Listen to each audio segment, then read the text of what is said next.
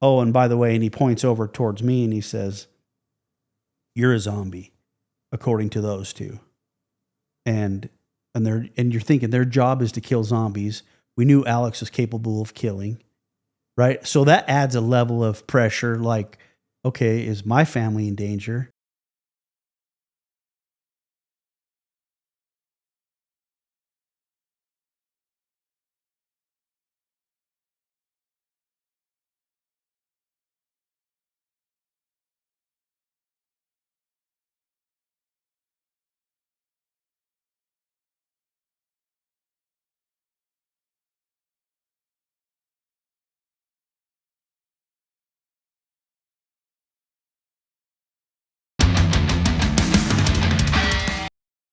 What's up, guys? Welcome back to the Ian Wendt Show. I have a awesome episode for you guys today. Very special guest, Ray Hermosillo, also known as the lead detective for the Daybell case, right? Or what's known as what is it called now? The Doomsday Murders? Yeah, I think so. They had a couple different names, but Doomsday Murders sounds about right. Yeah, it sounds crazier, which it is crazy. And it's interesting because I live here in Rexburg, and I legitimately had no idea. I mean, I knew about this, but I had no idea the details of it. I had to actually watch the documentaries to like really understand it, and now I'm just like, holy crap, this happened in my town. Yeah, it was a crazy case. I'm surprised you didn't know a lot. I mean, there are some people that live here that really haven't heard. Yeah. But most of the people around here, because it's such a small community, have heard about it. Well, and that's what I'm saying. That's what's so crazy. But anyway, before we get into that though, I first of all, thanks for coming on, man. Absolutely. Thanks for having me. It means a lot, dude. I appreciate it. And I appreciate everything you guys do. You know, we really appreciate our first responders here. Thank you. Yeah, for sure. Thank you. So in light of that, I have some gifts for you. Go ahead and reach down right there. See that bag? I always try to give my guests gifts. I don't know if you follow Sean Ryan. I saw him do it on his podcast. I was like, oh, that's a cool idea. So can I look through it? Yeah. Oh, perfect. Go ahead and open it up. We got some goodies in there for you. Oh, heck yeah. So it's the OPG crest hat. And then that's our new Patriot Carry the Torch tee. It was part of our torch collection. Sweet. Kind of like we basically are, That's awesome. It's not a rebrand, but it's kind of a repackaging of the brand of like, we're not just the, like Bald Eagle Americana company like everybody else. Like our message is a lot more about leadership, service. And so carrying the torch and being a torch bearer, that's people like you who lead from the front and really like light the way for people. So that's what that one's all about. Oh yeah, I got a mag too. Oh, sweet. Yes, sir. And then you got a little Zin can holder or caffeine pouch or whatever. And that, dude, that sucker's indestructible. You drop it off a building, it's good. So awesome, bro. Thank you. You're welcome, man. I appreciate You're welcome. It. Thank You're you. welcome. Thank you. Absolutely. Thank you so much for coming on. That's sweet, man. Thank you. Yep. Yeah, those mags are pretty cool. Part of our mag club. Yeah, those are sweet looking. Yep. I figure you shoot guns, right? Oh, yeah. Yeah, come on now. Of course. That was definitely a joke. Yeah, all right. Yeah. So let's do this. Let's, why don't you just kind of tell everybody a little bit about yourself, give some background, your career, things like that, and then we'll kind of move into the case. And I'm just going to approach this like a lot of people don't even know what this is, because if I don't know what it is, I know a lot of people don't know what it is. Yeah. And dude, it's one of the craziest murder cases I've ever heard of. So it is. It's pretty complex. I mean, it's one of those once in a career, once in a lifetime. Seriously. Type of case that you're going to see. Thank heavens, right? For sure. But anyway, so yeah, tell everybody a little bit about yourself, a little bit about your career, just kind of who's Ray? Yeah, I moved up here when I was 15 years old from California. Oh, cool. What part? Los Angeles area. Okay. Yep. So my dad had a brother that lived up here.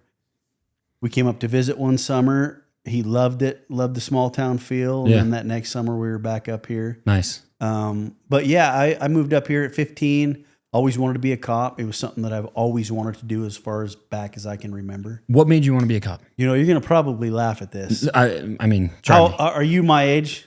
How old are you? I'm 46. I'm 38. Okay, 30, so you 38 may tomorrow.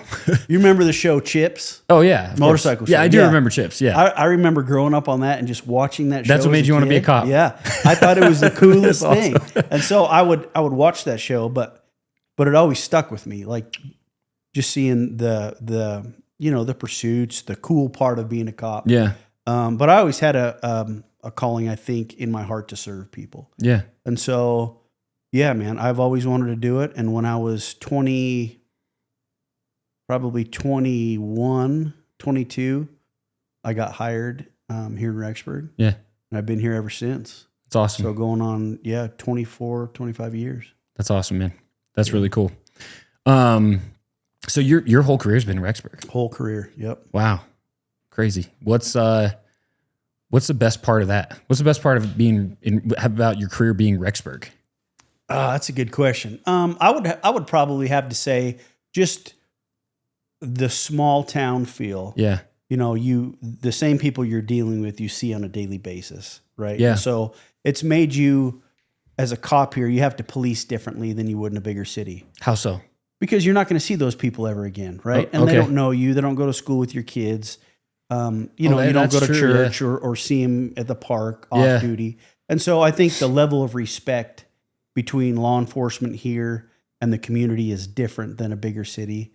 It's a smaller town, more family oriented. Mm-hmm. And so we police that way.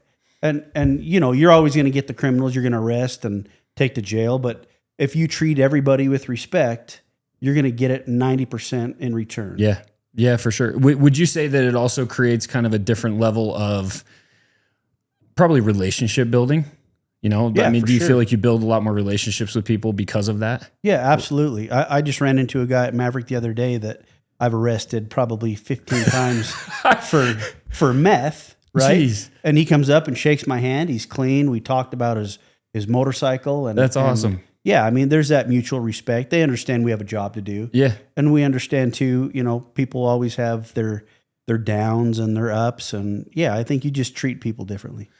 That's a really interesting perspective that you could arrest somebody that many times dealing with drugs and things like that. Cause I'm sure, you've had situations where your life's been threatened or whatever because of those drugs. It's cool that you're able to kind of see past that and see the human in someone. Cause everybody's human. They all make mistakes. Who are we to judge as long as they're for sure. I guess. Yeah. And the younger cop of me couldn't see that. Yeah. You saw something different. Yeah. You learn and grow. Right. And, for sure. And when you first start off, you have that, sometimes I'm the cop, you're going to do what I say, the authority type thing, but that fades and hopefully guys grow out of that. But yeah, you see the human side of things. Does it make it hard, like more difficult because you have a relationship with a lot of people? Like, if you see somebody that you're like, man, like how did you fall? Yeah. I mean, you do, but you also learn like people have a lot of secrets, right? Oh yeah. I bet. And what you see on the street necessarily isn't what is going on behind closed doors. And so you learn those secrets of people in the area that you never would have thought that's going on. Mm-hmm. But, part of your duty and ethics is you keep that to yourself and you treat them the same. I mean, it is interesting to hear about people and to see things that you normally would have never thought you were going to see from that person. How do you cope with that? Like, how do you people always ask me constantly how it is that I can do like deep dives into the things that I do and how I can know, how I'm aware of all the evil in the world and I'm talking about it a lot, but then I'm also able to kind of separate it. And I would imagine this is going to be kind of the same answer that you have where it's like you're aware, but you don't allow it to consume you. And it's hard to explain to somebody. I've tried to a million times and I don't really know other than just saying like, I find those peace anchors that kind of take me away from that stuff and I just kind of block it out. I don't know. How do you do that though? If you know those secrets of those people, how do you deal with that mentally? It was a learned technique, right? I mean, initially when you're thrown in this job, you see the cool parts of it, the pursuits, I get to draw my gun. I mean, just simple stuff like that. But what they don't teach you is how to cope, like you said, with that part of the job. Mm-hmm. And so, there was a few times I had to go to therapy and try to learn coping mechanisms that would help me. And then it's just experience. It's trial and error. And sure. you have to understand that this job isn't what defines you. And so you have your family, you have your friends, and and you kind of learn to compartmentalize and just separate things. Mm-hmm. And I think the longer you're on the job, the easier it is to do. And so, you know, a lot of younger guys struggle with that. But yeah, I think that's what helped me the most. That makes sense. I would say there's a lot of similarities there actually to, you know, kind of what I deal with as well. Like that's very much how it is. You just learn, you said it perfectly. You learn how to compartmentalize it. It's like, I know that the evil exists. I have a lot of chaos swirling around up in there at all times, but then I'm able to kind of separate it and say like, I can't control this. Right. I can control this. Correct. So there's no point in focusing and not focusing, but there's no point in obsessing over this. Let's obsess over this stuff that you can control, you know, Yep. That makes sense.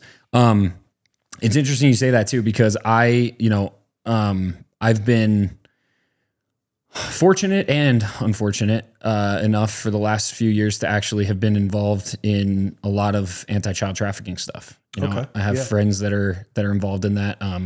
First guest on my podcast was actually a friend of mine who's been like 12 of the biggest operations around the world, or the biggest operations around the world in 12 different countries. It's dark, man. Yeah. And so let me ask you this. You don't have to answer this if you don't want to, but I think it's important for people to know that, you know, even in a town like this where you're like, oh, it's a family town, everything's good. Like there's not a whole lot of crime. Other than what we're about to talk about, but like for the most part, like you said, that's like a once in a lifetime thing, especially in a town like this. Right. But correct me if I'm wrong, but the trafficking and the exploitation of minors and people in general is very prevalent in towns like this. Absolutely. Absolutely. I mean, we get calls and tips through NCMEC, which is the National Center for Missing and Exploited Children. We get those weekly on the exploitation of children and just the child porn that is just rampant around here and everywhere else. Mm-hmm. So, well, we're the number one consumer. The United States is the number one consumer. And I can only imagine how it is in a town like this. That's very religious and in a lot of ways extremist religion. You know, unfortunately, there's a lot of people that take things to the next level that kind of let the pendulum swing too far. I would imagine that that's something that unfortunately a lot of people, I mean, every religion, right? Right. Every single religion deals with that, but sorry, continue anyway. I was just going to say, you know, even in small towns, nobody's immune to it. Yeah. It's going to be everywhere, and it is everywhere, and it's sad. But yeah, I think it's always been around. I think now different social platforms are more aware of it. And it gets reported a little bit more, thank goodness. But yeah, I mean, every small town. And social media has blown it up. Right. Like, and correct me if I'm wrong also, but a lot, especially in a town like this, a lot of it's familial. Right. Yeah. Which that part is crazy. When I learned that, we actually, I don't know if you remember this, we actually did a premiere at Fat Cats. We held a premiere for one of the, I can't remember what the name of the documentary was. There was a documentary that basically exposed the child trafficking in the United States, but it basically helped people understand like child trafficking is not what you think it is, right? The movies paint it as your kid is walking on the street. And while this does happen, you know, your kid's walking on the street, somebody snatches them and they go take them to a different country and they're gone. Like while that does happen, the majority of child trafficking is actually online and and a lot of it is familial. In other words, it's family members exploiting their kids or exploiting their family members for political gain or financial gain or whatever. And we showed this documentary because it basically blew that wide open and said like, doesn't matter where you are. It doesn't matter. Small town, big city, you have it. It's happening all around you. And dude, it's just crazy. I'm not going to say who it was because I don't want to hurt anybody. But growing up, there was somebody that was very, very close to me, not family, but very, very close friend family. Right. And come to find out, this was maybe 3 years ago that I found this out. He was having an affair with a 14-year-old, his wife. I mean, dude, and like knowing who this guy was. Yeah. I would have never in a million years imagined that this guy was doing that. Never. Like it's crazy looking back and thinking, oh my gosh, there were so many times where you were just bold-faced lying and the ability to pull that off to that extent. Right. It's scary, man. And you know, it makes sense because family members or close friends, that's who these kids trust. For sure. And so if they're going to exploit them, that's who they're going to do because it's easier to groom. Absolutely. Yeah. Absolutely. They have contact with them. Mm-hmm. They have access to them. I mean, yeah, that's most of it. Would you say that that's a big focus here in town or not really? I would say the majority, I think, you know, a lot of times we're getting tips through NCMEC or ICAC, and it's, you know, people downloading child porn from the internet. Yeah. But like you said, we get the occasional where it is family and it is a family friend, and you know, they had no clue that this was going on, and it screws with their lives. And you being in a small town, you see the ripple effects with when they're younger and older, and you can't help but feel for them. But yeah, I mean, it's everywhere. It's disgusting. Yeah. Yeah. It's insane to me, man. That to me is like, that's the purest sense of evil ever. You know, I can't think of a more evil thing to do than to exploit kids. Yep. Like it's just, and you're right. It's not just the ripple effect of like the families and the people around them, dude. The damage that it does to these kids forever. I've seen it, and it's heartbreaking. And I can't like having kids myself. I cannot imagine. I don't know, man. There's not a whole lot of things that I would think like this would drive me to do something really extreme. But brother, I feel you. I don't think you'd be able to pull me off. Yep. I would not be considering. I wouldn't. There would be no consideration of consequences at all. Yep. It would just be okay. Yep. But because, bro, like you're taught, kids are off limits, right? God's totally children and completely. Are off limits. Absolutely. Yes. And they're innocent, and so there's that level. Once you cross that, I'll bet you're off. Yeah, for sure. Especially, when I've seen that stuff happen, that's all I can think is like, if I was in that situation, there is no way, shape, or form that person's walking out. Like that's it. They're done. Yep. Would you say that I guess like was something when you get a tip for child for kitty, we should be saying corn, I'm sure, because I'm going to get censored. But anyway, for something like that, do you have to have like plausible cause or anything like that to be able to actually act on that? Or how does, you know what I mean? I mean, most of the time we're getting a tip, there's already something that has been confirmed that is enough for them to send the tip our way. And you can take them in on that. No. And so we do our own investigation. Oh, gotcha. Okay. And so they may say this, email address or this IP address downloaded CP child porn, and we need you to investigate. And so it's in our area, so we take the case and we start our own investigation.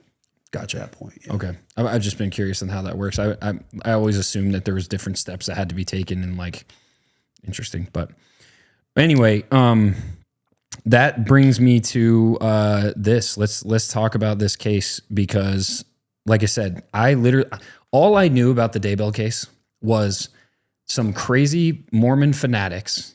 So for anybody that's watching right now, like, and I've said this before, I live in a very predominant Mormon town. But Rexburg is very predominantly Mormon, or LDS, and we're not all crazy, believe it or not, right? We're a lot of us are actually pretty level-headed, but there are the crazy factions, and this is definitely one of them. So all I knew was that there was some crazy group of Mormons that like convinced themselves that their kids were evil, and they took them out, and that's all I knew. But then I watched these documentaries, and I did a little bit more research, and oh my gosh, bro. Like, and the fact that it happened in Rexburg, like, so let's just walk people through it. Let's start from the beginning and just pretend as if nobody knows what this is. So the Daybell murders. Yeah. How did it all start? This is back in 2019. I get a call from a deputy in Fremont County and says, hey, there may be a Jeep in your jurisdiction that was involved possibly with an attempted homicide in Arizona, in Gilbert, Arizona. So we start surveillance on this place. I end up finding the Jeep that they're looking for 3 days later. So they come up, they process the Jeep. They're investigating that homicide down in Arizona. And it's going to get convoluted here. So if it doesn't make sense, stop me. No. It's because in my head it makes sense. Well, bro, and that's why I watched the documentaries, because I was like, I want to be able to connect the dots for people. You know what I mean? So yeah, I will. It makes sense. So go ahead. Okay. So they come up, process the Jeep for their attempted homicide. And while they're up here, they said, while you're doing your surveillance, have you seen a little boy, 7-year-old little boy, playing around with this place? And we're like, no, we haven't really. And they said, okay, well, we're going to do some checking down there and make sure he's not with family. But the grandma of this little boy is concerned because she hasn't talked to him for a while.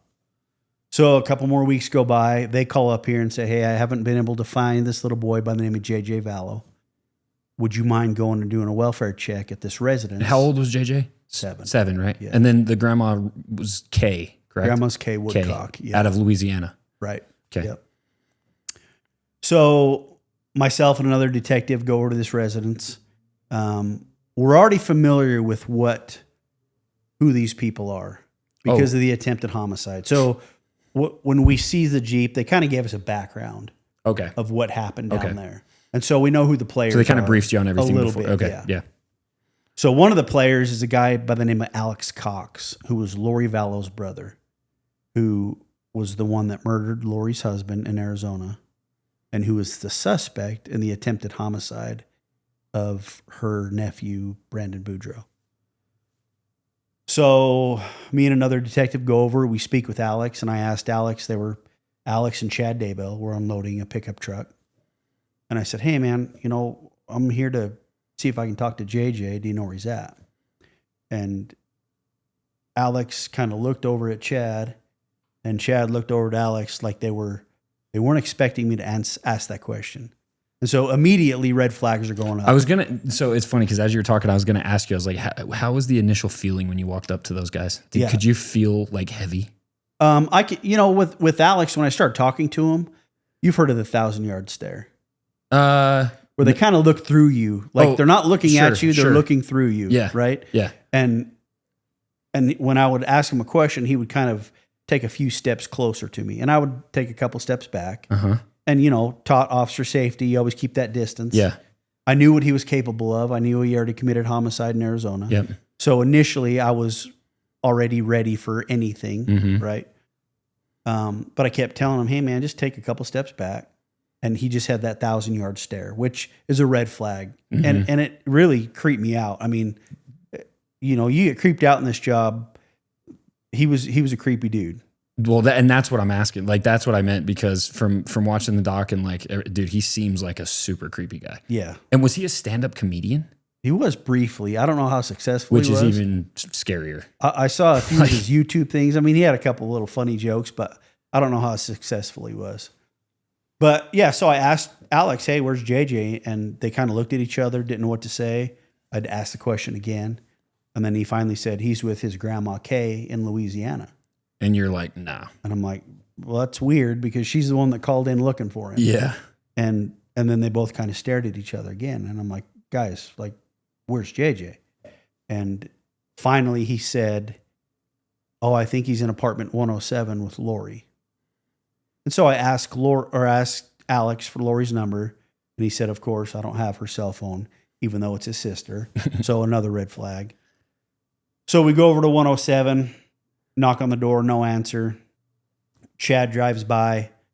A couple minutes later, I stop him. And I'm like, Chad, where's JJ? And, of course, he gives me the runaround. And I said, how do you know Lori? And he said, well, I hardly know her. I just met her through Alex. And at this point, they had already had like a full-on relationship. Right? Brother, they were married. They were. Oh, that's right. They had already been married in Hawaii. They had been married in Hawaii. We'll get there. Okay. So red flags are going up like crazy. So here's the question. Why are they just stupid? Like, why would you, do you think that they're more just thinking like, if I don't say anything, I'm going to be better off? Or are they just stupid? I think honestly, they weren't expecting those questions. So he couldn't think off the cuff. You just caught him off guard. And yep. And he was just blurting things out. Yeah. Well, he wasn't prepared for it. Yeah. Well, and when you're carrying around what you're carrying around, like right. your mind's not in the right place already. Interesting. Yeah. Anyway. Okay. Continue. So, you know, at that point I knew he was full of crap. He lied about having her phone number. So I let him go. I call over my lieutenant, Ron Ball at the time. And I'm like, hey, there's something going on with the whereabouts of JJ. Let's get some more people over here to start knocking on doors. Anyway, the next day we got a warrant because we couldn't get a hold of them, and they had fled. There was nobody in the house. And that's kind of what kicked off this whole search for JJ. And shortly after, we realized his sister Tylee was missing as well. So that was my next question, because even in the doc, it was kind of hard to understand, because for the longest time in the doc, it seemed like Kay and, what's the grandpa's name? Larry. Kay and Larry are constantly talking about JJ. But I'm wondering, what is the girl's name again? Tylee. Yeah, so I kept on wondering, why are they not talking about Tylee? Because Tylee was also missing. Yeah. Why was it that wasn't connected? Like, was she not as connected to the grandparents as JJ was? Because it seemed like the grandparents are constantly talking about JJ, but not so much Tylee. Tylee isn't really isn't Kay and Larry's grandchild. Okay, that makes more sense. So JJ was adopted by Kay's brother. Kay's Got brother was married to Lori. So Tylee didn't really have any. Tylee was from a different marriage from Lori, and so she really wasn't associated with Kay and Larry at all. So their main focus was JJ, of course. Got it. Okay, that makes more sense. Because the whole time I'm like, why did they not care about their granddaughter too? Yeah. Okay, that makes a lot more sense. And so even at this point where you're looking for JJ, Tylee is missing. Tylee's in the wind, and we didn't learn that until we talked to Lori's son, Colby. And Colby says, by the way, I haven't talked to my sister. And the sister was 17, so it's not like she would have been like away in college or something either, right? Like, right. Yeah. She was a 17-year-old girl. The Jeep that I ended up seizing that was involved in the homicide down in Arizona. Yeah. Or attempted homicide, that was hers. So we had custody of the Jeep. So she had no wheels. She really wasn't on social media. Yeah. Nobody's heard from her. So we added her to that missing person report. Got it. And this is in 2019? 2019, yeah. When is it, like fall? When was it? I knocked on that door November 26, 2019. Okay, so winter 2019. Okay. Yep. So then this kind of kicks off the investigation. This is where people really start to like say, okay, something's going on. Right. Okay. Yep. So at that point, we set up hotlines through NCMEC, which is the National Center for Missing and Exploited Children. Had a hotline through them. We had a hotline through our department. We had a hotline through the FBI. We asked the FBI for help because it was across state lines potentially. Yeah, man. And everybody was working tirelessly trying to figure out, where is JJ and Tylee? We weren't getting cooperation from Lori and Chad. They were in Hawaii. They weren't answering calls. Their cell phones were shut off. And by this time, the warrant was out for their arrest, right? Not yet. Oh. Not yet. Okay. So we didn't get a warrant out until February of 2020. Holy crap. So November, December, so 3 months. So you guys are searching, and they're just in Hawaii. They're in Hawaii and thinking they're off the grid. We knew where they were. They didn't know because we were getting tips from people in Hawaii. You're building a case. We had data information from cell phones.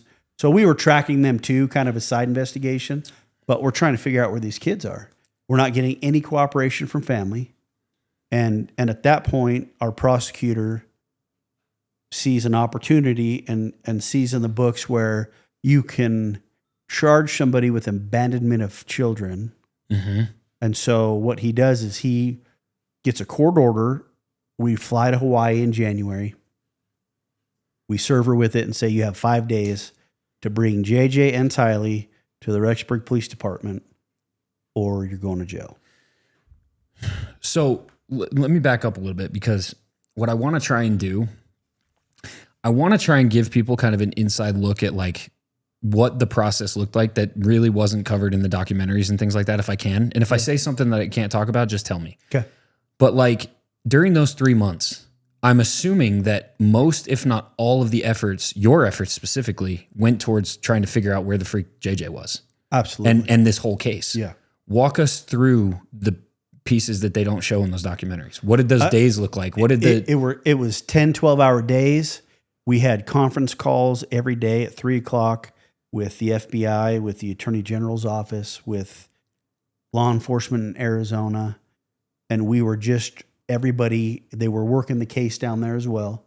So everybody at 3:00, we'd meet, we'd put stuff in our war room on the whiteboard with information, potential it's like out of a information. movie. You got the pictures up there and everything. Absolutely. Yeah. And it was like that for months and months. I mean, I remember sitting during Christmas, my kids are opening presents, and I'm sitting there thinking, where the hell are these kids at? You know, my mind's supposed to be where my kids thinking and about family JJ are. and And I'm Tylee. like, where's JJ and Tylee? Yeah. So it was consuming, very consuming. Well, and it had to have been hard. I can only imagine being the one because you were basically tasked with the one that was going to find them if they're local, right? And so like being a father, how does that, how does that feel? So we had all the investigators on deck. Ron Ball, Chuck Insidas, all these guys, Dave Stubbs. We were all doing nothing but this case. Yeah. And so all those guys are dads too. Mm-hmm. And it was a huge team effort. But yeah, you're sitting there thinking, JJ's autistic. I don't know if I mentioned that. You didn't, but I also remember that now. Like was he pretty high on, like, was he like pretty autistic, or was it like slightly high on the spectrum, or I don't know how you... he was pretty high on the spectrum. Okay. He needed a lot of attention. So he had a lot of special needs. Took medication. Dude, that makes it even, makes it even worse. Wore nighttime pull-ups, just a kid that really needed a lot of help. Right. And so you're thinking about that too. Like, is this kid in danger? Is he locked away somewhere? At this point, what did you think the most probable outcome was? Did you think they were gone, or did you think they were locked up somewhere? So at this point, when we were looking, I had no clue. And you always reserve hope. You always think it's gonna turn out positive. Mm-hmm. It wasn't until a guy by the name of Ian Pulowski, mm-hmm. who ended up marrying Lori's niece. Yep, they talk about him in that doc too. Yep. Comes into the police department and he says, I got to talk to somebody because I have this information. And what he breaks down in that interview shocked everybody. Like, you're looking like there's no absolute way we're talking about this right now. And remind me, I actually don't remember this part. What was that? So he goes into Chad and Lori's belief system and this doctrine that Chad had put together. This is the extremist stuff. Yeah. Okay. Yeah. And how these kids were labeled zombies and evil spirits. And the brother Alex, his job is to kill zombies. And, there's a slug that can crawl into your ear and turn you into a zombie. Okay. I didn't hear that part. Yeah. Crazy stuff, crazy off the wall crap. And you're sitting there like, how could anyone really believe this? But as he's talking, then he says, oh, and by the way, and he points over towards me and he says, you're a zombie, according to those two. And you're thinking their job is to kill zombies. We knew Alex was capable of killing, right? So that adds a level of pressure. Like, okay, is my family in danger? Yeah. Alex is in the wind. Chad's in the wind. Lori's in the wind. And so you start hearing that stuff coupled with, JJ needs help. Tylee's missing. She's 17. No teenager is going to be off the grid. Yeah. Unless they can't get on social media for some reason. So you start thinking about all that and your mind kind of goes in different dark places. But we always tried to stay positive and stay grounded with, we're going to find him. We're going to find him. How was it that Ian had that information again? How was it that he knew that? Did Lori tell him that? His wife did on their honeymoon night. Told him about all that stuff. And remind me, were they part of that cult? She was. He wasn't. So he had only met her a couple weeks before they got married. Oh my gosh. And so he got married. She breaks this news to him on their honeymoon night. And that's why you don't get married in 2 weeks. For real. Test drive the car, my friends. Absolutely. Holy crap. And so he comes in because he's afraid for his own kids. And so, okay, so I knew kind of about the zombie stuff, and the zombie stuff was basically created by Chad, and he had like a whole rating system, didn't he? Yeah. Where it was like, you're a level 2 or level 4 or whatever. Yep. And then correct me if I'm wrong, but it also had a lot to do with the reason why he like had to kill these zombies because the true spirit resided in the person or whatever. And so if they killed the zombie, it would allow the spirit to be free. Is that kind of what it was? So what he believed is that he believed he was like a prophet. Right. And what he believed is if you're possessed, if I'm possessed and I have a zombie inside my soul, my spirit is in what they called limbo. Yeah. And it can't go to heaven until my physical body dies. And so that's what he was preaching. So they would kill these people thinking they're doing them a favor and releasing their spirit to go to heaven. And that's what he taught people. That's what people believed, right? And what was did they ever talk about what, like, you know, how he pointed to you and said, just so you know, you're a zombie? What was the like criteria that made someone know if you were a zombie or not? So Chad had a belief system where he had a pendulum that he held his hand out and he would swing the pendulum and hold it. And whatever way that pendulum swung in his palm, he was able to determine whether you were light or dark. Bro. Right. Like that's devil crap. So, and people believe this. Dude, I'm getting like, whoa, holy crap, dude. That's crazy. And people believed it because he had like a full cult of people, like hook, line, and sinker, didn't he? Yeah, and there really wasn't that many that were privy to that information. It was just the people that were closest to him. The select few. Because it was like their team. Yeah. Everybody else, I don't think, knew about that part of it. But there was probably 6 or 8, maybe 10 people that he preached that zombie stuff to that they believed. But yeah, me and another detective were zombies according to Chad. Did they say? So did they say where it came from? Oh, okay. Well, actually, before you answer that, let me ask you this. So he had a pendulum. He would swing the pendulum. That would say good or light. How did Ian know that you would be considered a zombie then? If he's the one swinging the pendulum? Because Ian's wife, Melanie, would talk to Chad and Lori. Okay. And they had secret phrases when they knew it was safe to talk because they knew we were looking for them. But basically, it was anybody that was threatening them. Basically, anybody that was looking for the kids or threatening their way of life were zombies. Were zombies and evil. Yeah. Bro, dude, that's where. Okay, so what I was going to say was just so everybody knows that's watching this, Mormons do not believe any of these things. It's not even like relatively close to the doctrine of the LDS religion. So my question is, where did that come from? Did they ever explain like where it came, like what piece of the religion it came from? If it came from any, like, because I'm trying to think, I'm like, what would they potentially connect that to? And I can't think of a single thing. It sounds like something out of the freaking Dungeons and Dragons, Illuminati, friggin' what's that other religion that believes in aliens and stuff? Like Scientology. Scientology. It sounds like something out of the Scientology, like just craziness, dude. Yeah, it was. So as he's and they never explained where Chad got that from. Well, because he got it from Satan. Yeah, he obviously got it from some dark entity, right? Some dark being, dude. But as he's sitting there telling us this, you know, I remember kind of looking around the room like, there's no way. So then you start thinking, well, what's going on with the kids? Yeah. Right? We ended up convincing Ian to wear a wire. And so he would record conversations with his wife and Alex and Chad and Lori. And so they would talk to each other on speakerphone. He'd initiate the recording. And so at that point, he was working with us, super cooperative. He's an informant. So we would meet him down in Idaho Falls, grab the wire, give him another one. We'd go back, download it, listen to it. We're looking for any little nugget of where these kids are going to be at. So then you're sitting there thinking, there's no way this is get any more weird, right? Fast forward to December 12th. Wait, what were some of the things you found on the wire? Anything crazy that hasn't been talked about?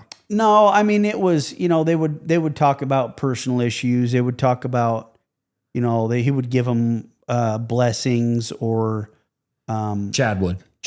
Yeah. they would talk religion, just normal stuff. Really Nothing too crazy. We could use evidentiary wise. Nothing too crazy. Yeah. Exactly. Everything was crazy, but yeah. Fast forward to December 12th, 2019. I get a call from a dude in Gilbert who's a detective. And he says, "You're never going to believe who died today." Oh, yeah. And I'm like, "Well, who is it?" He says, "Alex Cox is dead." And I'm thinking, you're shitting me. Like, you have Brandon, who was attempted homicide. Mm-hmm. Charles is dead. 2 missing kids. Because at this point, you were tying Alex to almost everything. Yeah. Like, he was the prime suspect. Right. And now he's dead. And you're like, and now he's dead. And we're like, what? And I forgot to mention. I was going to say, was this after or before Tammy died? This is after. So Tammy died in September. And of Tammy was 2019. Chad's ex-wife. Chad's wife when she died. Or well, they were having an affair. Yeah. Yeah. Okay. So and she you have died in all her these. sleep. Yeah. Did they reveal anything about that yet? Yeah, I mean, she died of its. Later, we realized asphyxiation. Okay. Is what the ME called it. So somebody suffocated her. Yep. And who can you say who you think it was? Do you think it was Alex? I think it was Alex. I mean, we have his phone pinged the night of that homicide. He just crept in there, suffocated her. We have sleep. his phone pinged about a half mile from that place. And because what they did, so I don't know if we've said this, because basically what Chad did was he kind of like empowered Alex to be the enforcer of this killing the zombies thing. Yeah, he was what they called their protector. Yep. And he was Lori's protector, and that was kind of his role. Here's how Chad was good. He was soft-spoken. Yeah, and so when you manipulate somebody, it's that soft-spoken. You're not forcing it down people's throat. That's when people kind of get standoffish. Yeah. He was super soft-spoken. He knew how to tell people and could recognize what somebody needed. Like if you needed to feel welcomed or wanted, he knew how to make you feel super good way. At manipulation. Super good. So let's try to dive into that a little bit. What did you guys have on Alex? Because it doesn't really talk a whole lot about Alex in the documentaries of like what would have potentially been the motivations. Like, why was Alex such a psycho? What happened in his life that made him so susceptible to this craziness and to just start killing people? I think he would do anything for his sister. Is that because they had some crazy childhood, or like was there some kind of relationship there? Like, there's speculation. There's speculation that there was something between them more than brother sister ish. There was speculation that they had a rough childhood. The problem is no family members are really opening up talking. So we're not getting any of that information. We're kind of getting just baseline surface level stuff. Yeah, because the Alex thing for me is the one that's like, it doesn't really make a whole lot. I mean, it does make sense, but it also doesn't make sense because it's like this guy just started flying off the rails and killing people. Like, what in the world, what damaged him? He was excommunicated before. Okay. And Chad knew that. And Chad knew he was one of those guys that was kind of a loner. Constantly seeking the validation and love. And so when he views Chad as this hierarchy in a church called the Firstborn, mm-hmm. and Chad is praising him with, "Oh man, you're doing this for the Lord, and you're doing this good. You're your sister's protector. Here's what your mission is," and constantly feeding him that stuff. He bought into it, hook, line, and sinker. Still, though, to convince somebody that they are commissioned basically to kill people, that takes another level of manipulation, man. That's got to be like, it's got to be something that's more physical or, I don't know. It's just, bro, I look at it like this. Like, you remember Charles Manson? Yeah. Same type of vibe, right? He convinced these girls to go kill people. Yeah. Because that was their mission. And Chad kind of had that same type of, he was I don't even want to say charismatic, but he knew how to give them what they needed and wanted. Right. And they got that validation, and Alex ate it up. It's crazy, man. Yeah. Crazy. Anyway, so Alex is dead. Alex is dead at this point. So now all bets are off. You're like, what the freak is going on? So we're like, what? Okay, was Alex killed? Was he poisoned? Yeah. You know, so the ME down in Arizona does a thorough examination. We're still waiting for the results. Rob finds that code where you can charge somebody with abandoning kids. Mm-hmm. We fly out to Arizona in January of 2020, find Lori and Chad sitting by a pool. We get with Kauai Police Department. They serve them with that court order from here and basically tell Lori, you have 5 days to produce these kids or you're going to jail. Right. And you were hoping you'd figure out what happened with Alex through that? Or did you guys, like, how did he die? Did they say? They eventually did, and it was blood clots. What? Pulmonary embolism. No way. So that's a whole other road we can go down with. Do I believe he was killed? No, I don't. I believe the stress got to him. They had just dug up Tammy Daybell to do an autopsy on her the day before. He knew we were closing in. I think he was stressed. He had a history of blood clots. Oh, he did. Okay. And I was going to say, man, this was 2019, was this 2020? 2019. 2019. Okay. Yeah. Jeez, man. That's wild. Blood clots. And I also think deep down, maybe he was one of the first victims of COVID. I was just going to say, dude, I wasn't going to say it because I was like, I don't know if I should bring this up or not. But hey. Yeah, absolutely. He was how many people have died because of blood clots at this point? He was traveling. He was going overseas. I mean, he was going into Mexico. So he had to get it. Yeah. I think he was one of the first, and they really weren't looking for it at that point. No, for sure not. So that's a possibility. Yeah. I didn't know if I'd bring it up or not, but dude, the amount of people that have now died, and I mean, it's not a conspiracy anymore. Like I got called crazy so many times because of all that. All of us did, but now it's obviously out in the open that very much caused these insane blood clots, and just out of nowhere, people are dropping dead. Yeah. Yeah. So I'd be lying if that was the first thing I thought. Like, and in that situation, I'm kind of like, all right, well, that's one of those cases that I'm like, good. Yeah. Oh, yeah. Like it needed to happen, and it could be divine intervention too, right? I mean, for sure, man. Just the evil he created on this earth. Okay, so then you guys serve him the warrant, and they basically she doesn't bring the kids up, and so then what? So we serve her the court order. Yeah, and everybody back home is waiting, and she's extradited back. Not yet, because she's not under arrest. She just has to bring the kids back. Okay, or show proof of life. Right. Got it. So each day, you'd look at your watch, you're like, okay, today's going to be the day they're going to come in. We're going to close this case. As the days tick by, you're like, they're dead. Like if she's not producing those kids, she would rather sit in jail.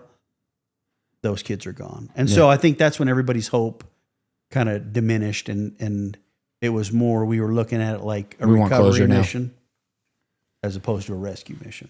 Got it. And so, she didn't produce the kids. We ended up getting an arrest warrant, going back out in February of 2020, and she was arrested. When it goes from rescue to recovery, walk us through that. How does that, what's the feel? What's the, it's one of those things like, you just prepare yourself mentally for it in case it happens?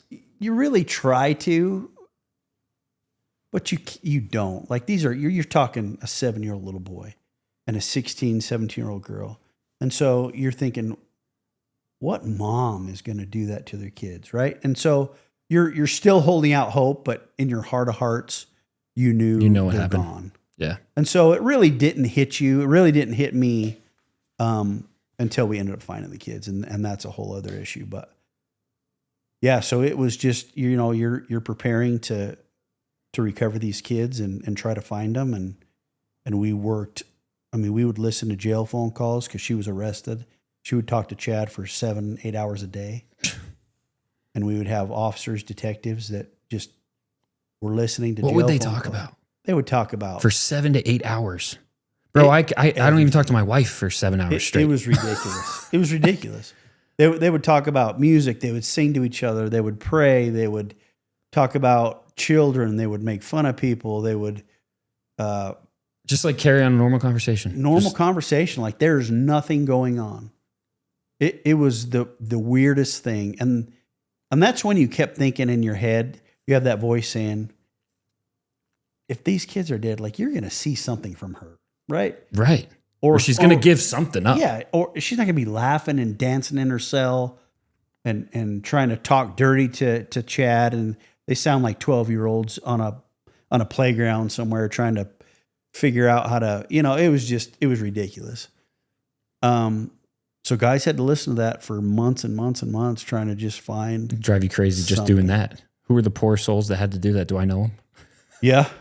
Who was it? Dave Stubbs. You know Dave? No, dude. Ron Ball. Poor Stubbs. Me, Vince Kaikamanu. Oh, Kaikamanu. Poor Vince. I mean, yeah, it was all the investigators, Chuck and Sidus. And then you guys just go home and tell your wives, like, thank you for not being a psycho. Yeah. And that's the other thing, too. They wanted to know what's going on. Yeah. But it's... Your wives want to know. Yeah. But you can't say anything. But you can't say anything. Yeah. So you have really no one to my talk wife would to. lose it, bro. Yeah. She'd be, tell me.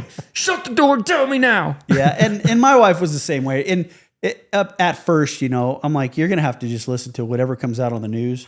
That's what you're going to have to do. I'm not going to risk this investigation. Yeah. You can't. But, they got frustrated. Absolutely. Absolutely. Because it was a huge case and they wanted to be in the know. But at this point, had the social media craze already taken off? So when did that really happen? It really took off when we went public. Because that's what blew it up. Yeah. Right? And that was December of 2020. December 2020. Okay. This is, and that, so was that timeline, before or after they went to Hawaii? Before, because they were in Hawaii in 2022? No. Or 21? They went to Hawaii. Actually, they went to Hawaii in December of 2020. Okay. No. So it was right around, so it was right around the same time. Yep. We didn't get her arrested until December of 2019. So was the revelation that they were in Hawaii what actually kicked off the social media craze? Do you think? Where people were like, all right, this is weird. When Nate Eaton confronted them in Hawaii. I don't know if you've seen that clip. No, what happened? When we were over there serving the court order, Nate Eaton and East Idaho News were there. Nate's the one that was in the helicopter. Yep. Yeah, okay. And so Dateline was there because everybody kind of knew where they were at. Right. And when we released them, they started walking back to the hotel. Nate walked up, put a camera in their face and said, Lori, tell us where your kids are at. Chad, do you have anything to say? And people are praying for their kids. And her response was, oh, that's nice. Like just the nonchalant. When that went public, that was it. People were chomping TikTok, at the bit. Instagram, all of it blew up. Everything. Yeah. We had national media coverage coming to the front of the police department. And then when we finally brought her back in March of 2020 to court here in Rexburg, we had, it was crazy. It was chaos. So before we get into the actual court and before we get into the raid and everything, I'm curious to hear your side of like what it was like. Did it make it harder for the investigation when it went so public and when the craze kind of happened? Because I just think back to like, correct me if I'm wrong, but the Moscow murders, when everything went public and everything went crazy on social media, it actually made it like near impossible for those guys up there to figure things out, right? It made it really hard because there was so much disinformation and things like that. Like, kind of talk about that. Did that make it harder or was this one more contained? It was way more contained on our end. Okay. We were pretty tight-lipped. We knew the national coverage. We knew it was going to explode. Yeah. It had already exploded and we wanted to do it right. How do you do it right? You make sure you have that integrity of the case. You keep the integrity of the case. You don't talk to media. You don't talk to people outside no press the case. conferences. No press conferences. You're not telling your wives information. Mm-hmm. Sometimes they get chatty. Mm-hmm. You want to protect the integrity. And so we knew with the national attention, we did not want to look stupid. Yeah. With this type of attention. We wanted to do it right. And that's how we did it. And that's how we did it is we just kept our mouths shut. Yeah. And the best way I can describe is, how you see a duck on a pond and he's kind of just looks like he's sitting there, but underneath those feet are kicking and things are turning. Mm-hmm. That's how it was here. Well, and I'll tell you what, it's interesting you say that because I've actually heard now from multiple different, this is a testament to you guys, dude. From multiple different police forces around the country actually that have said like the Rexburg PD like really handled that case well. I actually just heard it from the guys in Kerrville PD. Okay. So I guess you guys went down there and worked with them for a little bit or something. Where's that? Kerrville, Texas, in Hill Country. So they said or Hunt, Texas. I think we were in Hunt technically, but it's around the same area. The place where the flood just happened. So I just got back from there because we did some humanitarian stuff, raised some money for people and things. But while I was down there, I talked to an officer and he was just singing you guys praises. He was like, Rexburg PD is awesome. We've worked with them a few times. Because I guess he actually at some point was in Idaho as well. But I think he was in like Pocatello or something. Gotcha. So anyway, I don't remember exactly what it was, but he said you guys had worked together in some kind of capacity, or maybe it was that they came out here. Was there some kind of conference in Boise or something like that happened that would have brought them out here? With this case? Or no, just in general? There could have been, yeah. There's always conferences that different states I think that's what it was. They came out, and I think that they were just like, I think they just connected with you guys at some point, but they were singing your praises as far as like how well you handled that case. Cause we got talking about that just because I was talking about being from Rexburg. And gotcha. Yeah. Well, that's awesome. Anyway. I appreciate that. Yeah. Yeah. So, we just, especially with the FBI and that's the one thing that I take away from this is we had so many agencies involved. Mm-hmm. There was never any egos. There was that's my backyard. Stay out of it. I want that piece of evidence. Everybody kept their mouth shut. We worked well together. I mean, it was phenomenal the way it transpired. Do you think it's just because it was about kids? I think that was a lot of it. Yeah. Like, how are you going to make it? You're not going to exploit the kids. Yeah, there's a bigger picture, right? It's a lot bigger. Yeah. If it was a dope case, you always get that backyard stuff. Who wants it? Yep. But yeah, where there's kids involved, missing kids, everybody's a father or a mother. Mm-hmm. And yeah, you put everything like that on the back burner. You just do your job. Yeah. Makes sense. So yeah, that was awesome. Okay. So now obviously she doesn't bring any proof of life for the kids and she's sent back to Idaho. Then sent back to Idaho. She's sitting in jail. Her and Chad talk daily. Still. All day long, still for months. And you guys have to suffer through it. Have to suffer. And when I say suffer, it was suffering. I can't imagine, bro. 7-8 hours of that. Holy I could barely listen to the recording conversations in the documentary without being like, dude, these people are nuts. Yeah, it was brutal. It's like listening to the worst of the members of the church that you've ever met. It's like, holy crap, dude. Yeah. So, we did that. We did that for months. We were still working the investigation on every angle. We came into some information about a pet cemetery on Chad Daybell's backyard. He had a pet cemetery? Oh, I remember. Yeah. I remember. Where family pets were buried, or chickens or whatever it was that died on his. He had a couple little farm animals, but they would bury him in this pet cemetery. Because there was that recording about him killing a squirrel or something like that. Raccoon. Yeah. That's right. So we came into that information, and then one of the FBI agents started looking. We were all tasked with different things to do. And so one task was looking at Alex's geolocation data on his cell phone, mm-hmm. and the dates and times. Mm-hmm. And so an FBI agent was tasked with that. And so he started putting that together along with, we were downloading Tammy's cell phone, all the cell phone devices we had, sifting through text messages. And that's when one of the FBI guys found a text that Chad had sent Tammy mm-hmm. the morning of Tylee's last known proof of life. Which was like 2019, right? It was a year prior. September 9th, 2019. It was a year prior. And basically it just said something to the effect of, I was out burning limbs, saw a raccoon, shot the raccoon, buried it in this pet cemetery, fun time, something. Yeah, no, that's exactly what it said. And because I just listened to it twice. And when he said burning limbs, the idea was that he was trying to get away with it was being pets, right? Like, or being animals. And limbs from bushes. Oh, okay. Because when he said that, I was like, he's not giving it away. Like, okay, limbs of bush, that makes more sense. And then he killed the raccoon. Buried it in the pet cemetery. So you have that text message along with geolocation from Alex. This is weird. Yeah. Along with, dates and times. So is that what ultimately got you guys the ability to get the warrant?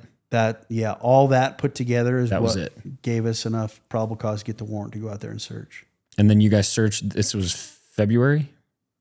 June 9th, we went out there. Oh, I thought it was in the winter you guys went out there. So we had served a warrant on the inside of the house in January of 2020. Okay. But then we went outdoor was June. Back out June 9th, 2020. Got it. Okay.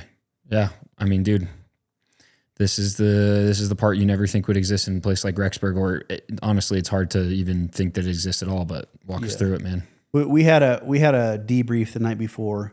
We had guys over from Boise, narcotics teams that were going to do surveillance. We had our designated 5 or 6 detectives that were going to go up to the front door.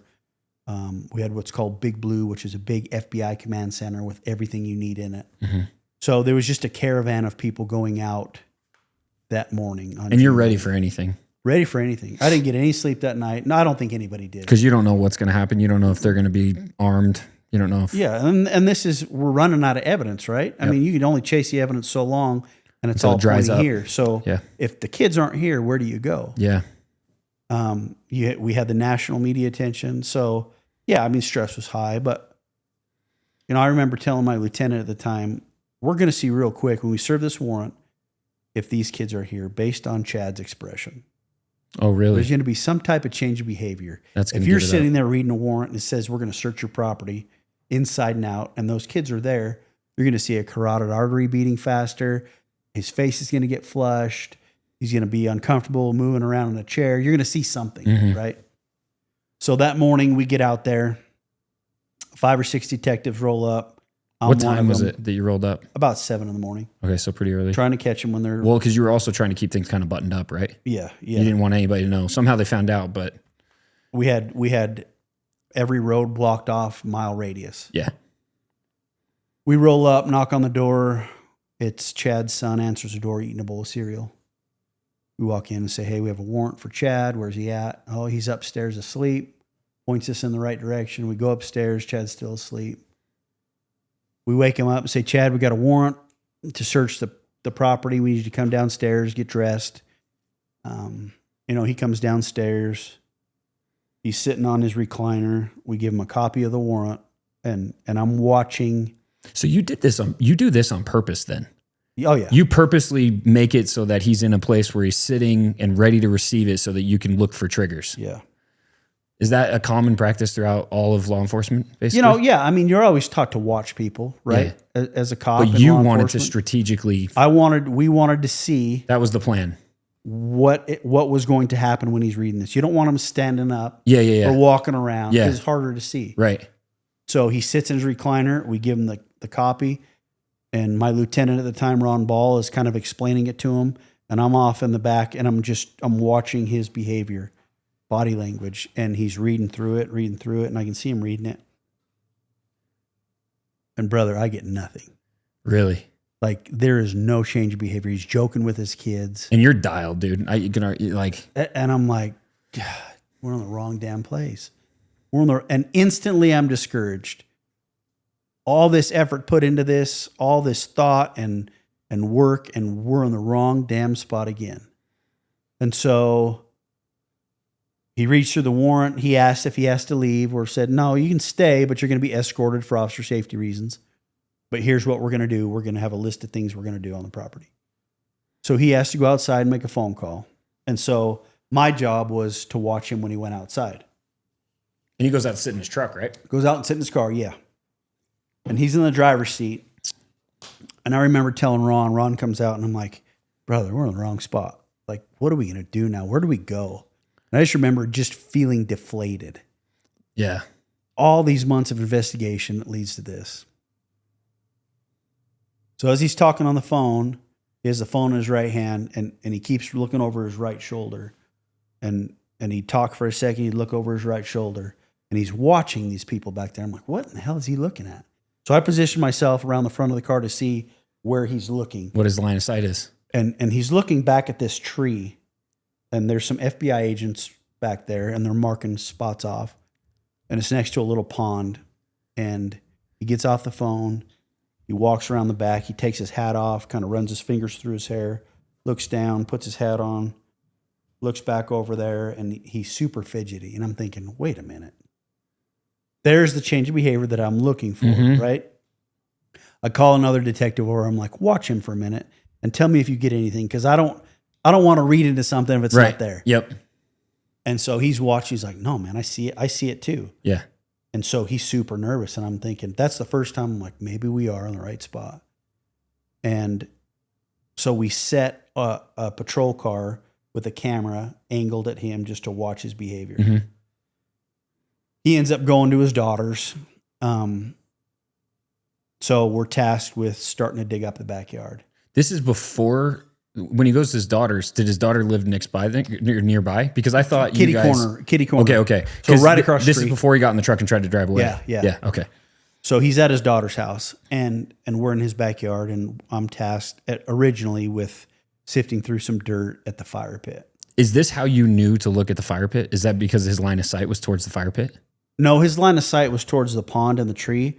We had a couple locations based on geolocations from where Alex was. Gotcha. The next morning where we assumed Tylee was killed. Gotcha. So we're looking at those spots. So we start in the fire pit. We get called over to the tree. And this is where Chad's looking. Mm-hmm. And they start to kind of work this area. And you can tell the vegetation's different. There's like a 4x2 section where the vegetation isn't as high. And just a shorter, grassy, things really aren't growing there. Yep. So they start to take the topsoil off, and instantly you can smell just the decomposing body. I mean, through your training experience, we've all smelt that stuff. Dude, it's indescribable. I'll tell you what, I've smelt it now because of West North Carolina. It is indescribable. There's honestly nothing that smells like that. And no human should have to smell it. It's so bad.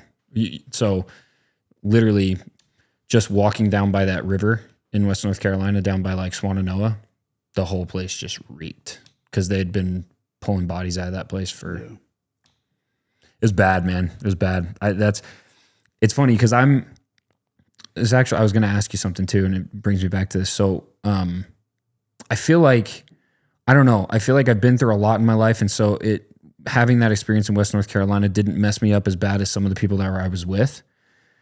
But I'll tell you what, brother, for the first time in my life, when I got back from that experience, we were watching, I don't even remember what movie it was, but my wife and I were watching a movie, and there was a point where there was a bunch of bodies being piled on each other for some reason. And dude, I had to leave the room. Yeah. That never happens to me, ever.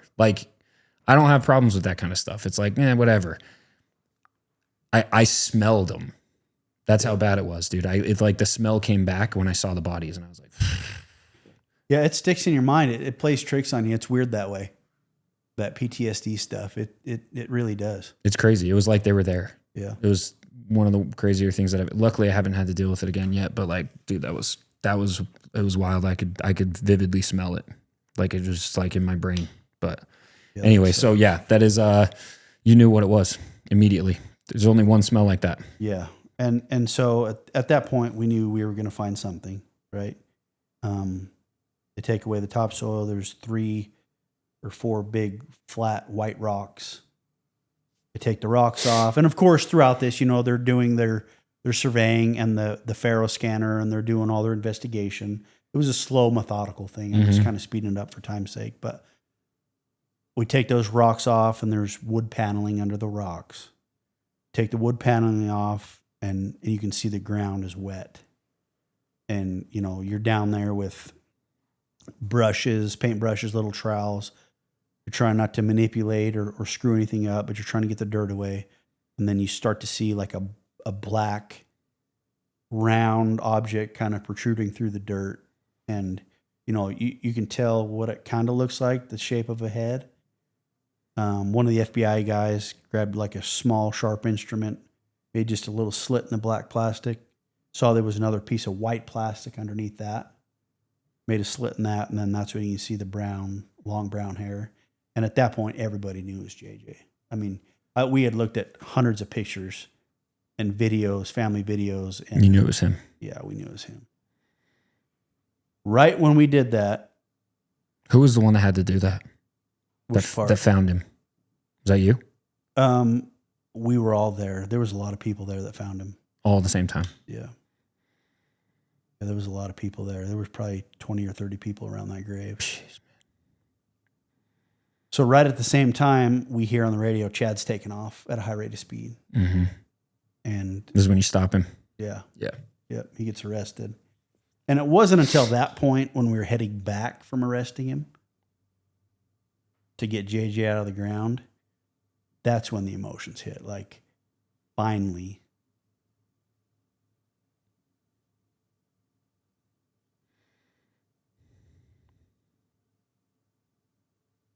Sorry. You good, man? Finally, all that effort we put in paid off. And we were able to get him out of the ground. We started working with Tylee, trying to get her. We ended up going to that separate location where we thought she was at the fire pit. And, we start digging down, and pretty soon it's the same thing. Same smell, but way worse because she had been burned and chopped up. And so when we started... They didn't do that. It was post-mortem, right? From what you guys... From what we gathered, yeah, post-mortem. We assume that, she was so badly chopped up and burned that we were never able to really... Figure out Because how do you figure it out from... Yeah. But yeah, so we started digging her up and getting her out of the ground, piece by piece. I mean, it was just charred bone and burnt flesh, and guys were down there on their hands and knees. We could only dig for a couple minutes before we had to get taken out and somebody else do it because you kind of spelled each other out because the smell was so bad. Ugh. So we did that. Ran out of time that day on June 9th, and everybody kind of struggled because we didn't want to leave her in the ground. Once we found her, we're like, let's get her out. Yeah. But we were running out of daylight, and so came back the next morning on June 10th. Finally got her out of the ground. How long did it take total to get her out? Completely out? Probably 4 or 5 hours. Jeez. There's a lot of pieces. Yeah, a lot of pieces. And you only can go down so much. Yeah, and you're pulling pieces and they're becoming pieces. Yep.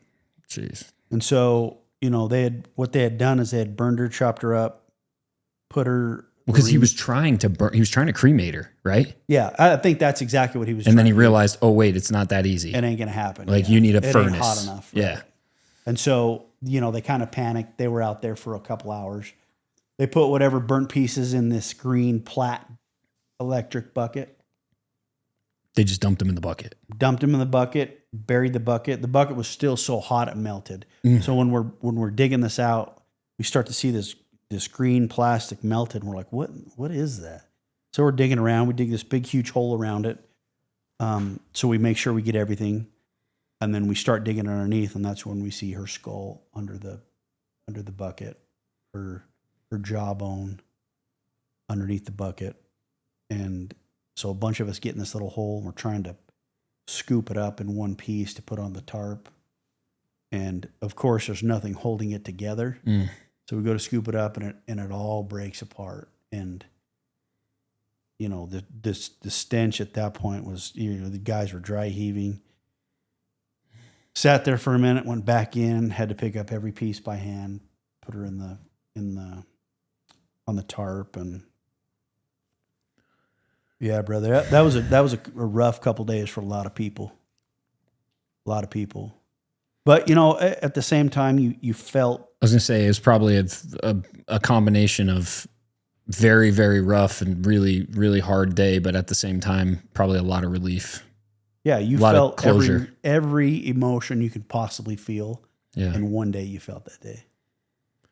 Yeah, and they eventually figured out how they did it too, right? With JJ specifically. Yeah. Which is unreal, man. Like the fact the fact that he's autistic too. That's just, it's crazy. I mean, you want to talk about that? Yeah. So it's not like it's not out there, but we went to the autopsy, a few of us. and they bring him out. He's wrapped in black plastic. Like garbage bags. They cut down the middle of it, and then you have this little boy who, 7 years old and in red pajamas still, has his blanket over the top of him that he was buried with, and he's wrapped in duct tape from elbow to elbow, and his hands are like this on his chest. His my gosh. His ankles are bound with duct tape. He has plastic bags wrapped around his head, and then he has duct tape from here to here. Like they just wrapped his whole head in duct tape. And yeah, man, so we cut the ME cut all that up, took the plastic bags off his face, and then he has another level of duct tape from ear to ear over his mouth. He had scratch marks where he was trying to get the bags off. So he was alive when they did this, which is even more messed up. Still wearing his nighttime pull-up, red pajamas. He had black Skechers socks on. And those are images you're never going to forget. Those will be burned in my memory forever.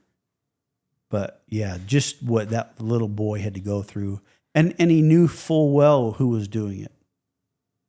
His mom and his uncle. Like, he probably at that moment, and that's the thing that's I really think about sometimes when I'm sitting by myself, is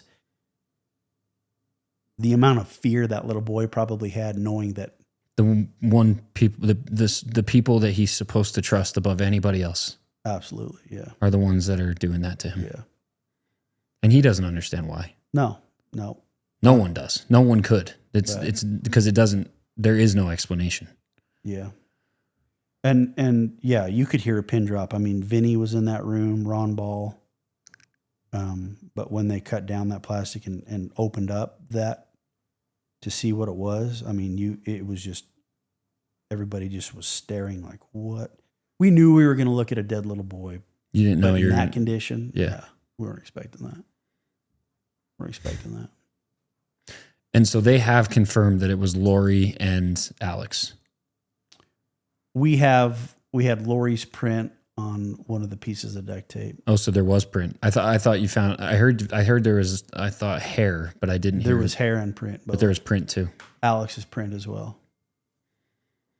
So that's what we assume. Is it easily explainable? Yeah, I mean, a defense attorney can say, of course, that there's going to be her hair. It was her son. Anybody could have came in the house and did that. If there's hair on the ground, it would be attached. That's a bunch of BS. I know what happened in my heart, and so does everybody else. But so Chad didn't do it though. In your mind, do you think? In my mind, no. I don't think Chad has enough balls to do. He was just a giant pussy that was running everybody. Yeah. And it was late at night, right? We had a geolocation with Alex. That makes me hate him even more. Yeah. Dude. Like 3 a.m. He was still married at the time, so he'd have to actually explain to his wife where he's at 3 a.m. I think it was Lori and Alex. I'm sure he's calling the shots though, and he helped dig the grave. It's on his property. I mean, he's just as culpable as those guys, if you ask me. And so I guess this is, I don't know. So they killed him on the same day, or was it separate days? Did they know that? Tylee was last seen in Yellowstone. Right. September 8th. And then they saw JJ after that, right? Yeah. So it was Tylee first. Because she was kind of protective of JJ. So did JJ, did he just not know? I think JJ was probably just lied to. And he was autistic, for a couple weeks. And, what's interesting, I don't think a lot of people know this, but through our investigation, we talked to JJ's teacher. And she gave us a piece of paper right before JJ was killed. They were working on family pictures, and you draw your family on this little diagram. And he drew stick figures, of course. Mm-hmm. But then when it got to his mom, he had grabbed a black crayon and just colored her face in black all over her. And when the teacher asked him, why are you doing that? Why are you doing that to your mom? He said, well, my mom doesn't love me. So, that poor little boy knew and could feel that his mom didn't care for him. That dude, it sounds like something out of a horror movie. Yeah. I mean, legitimately. Like I'm sure one day they'll make one. That's crazy. Yeah. I can't even. So, okay. So it's obviously you guys know what's going on. So now she goes to court. Why was there a chance, or why did people believe that there was a chance that she was going to get off? I had never heard that. I'm sure there were people that believed that.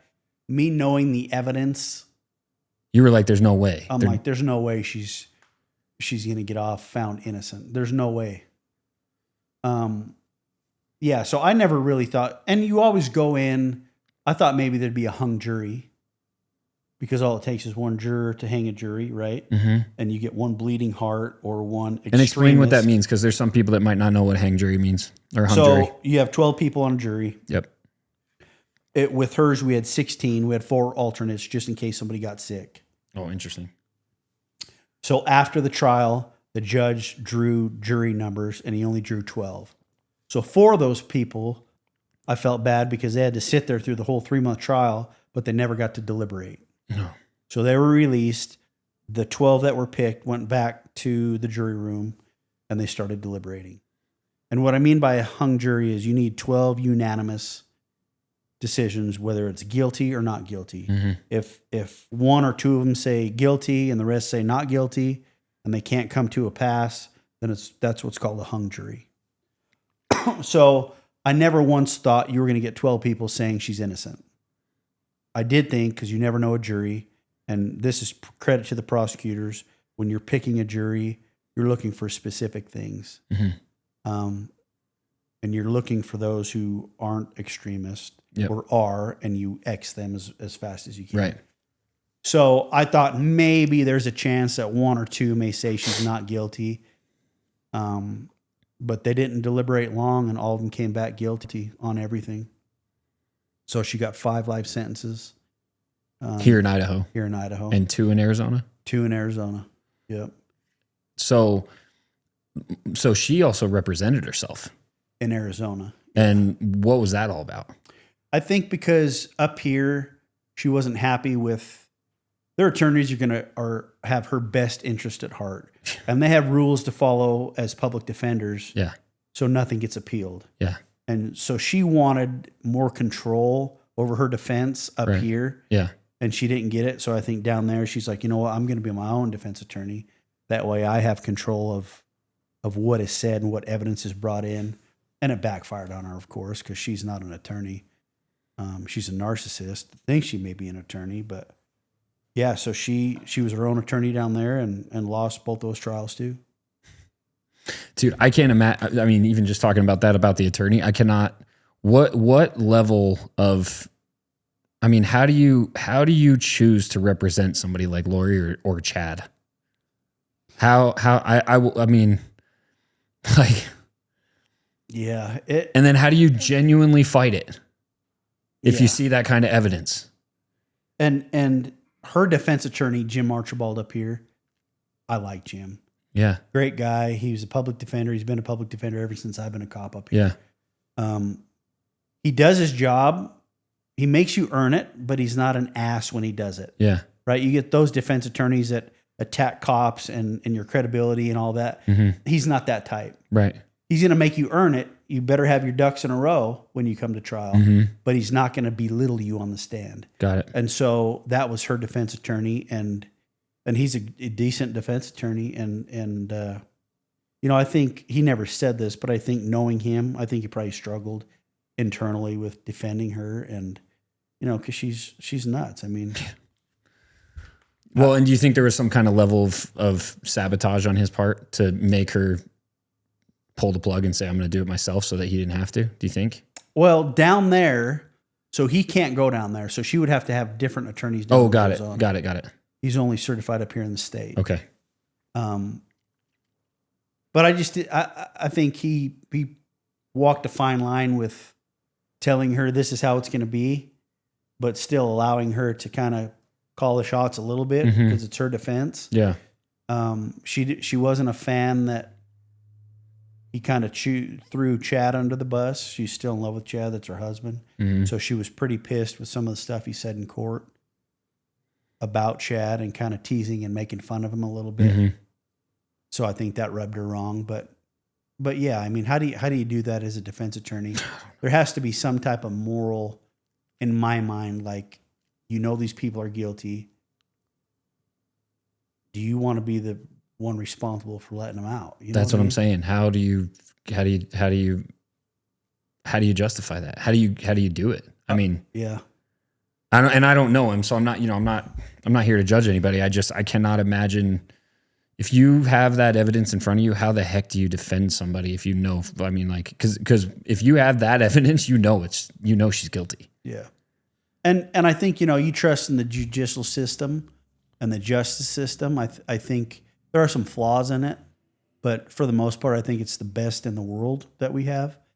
And I'm a firm believer in the Constitution, mm-hmm. and everybody should have that right to be defended. No, they should, for sure. And make us earn it. Mm-hmm. And that's what we did. I mean, we knew it was going to be tough, and we're going to do it the right way. And I think justice prevailed and the right decision was made. We did it right. And she's exactly where she belongs. Yeah. And then Chad got the death penalty. Two of them, right? Chad got 5 life or death sentences. 5 death sentences. Yep. So why is it that Chad got a harsher sentence than Lori if Lori was the one that actually committed the murders? So in Idaho, the reason she wasn't facing the death penalty was taken off the table for her. That's what I heard. Why? Because you have right to a speedy trial, right? Mm-hmm. Chad waived that right to a speedy trial because he wanted all the evidence in, and he wanted his attorney, John Pryor, wanted to look at everything. She didn't waive the right to a speedy trial. So you have so many months to get her to trial on something. Mm-hmm. When she went to trial, there was still some DNA evidence that was outstanding because it was sent to the lab. The lab hadn't gotten the results back. Got it. And so the judge decided, since there's evidence outstanding that could be exculpatory, we don't know. Mm-hmm. Let's just take death off the table, move forward with the case.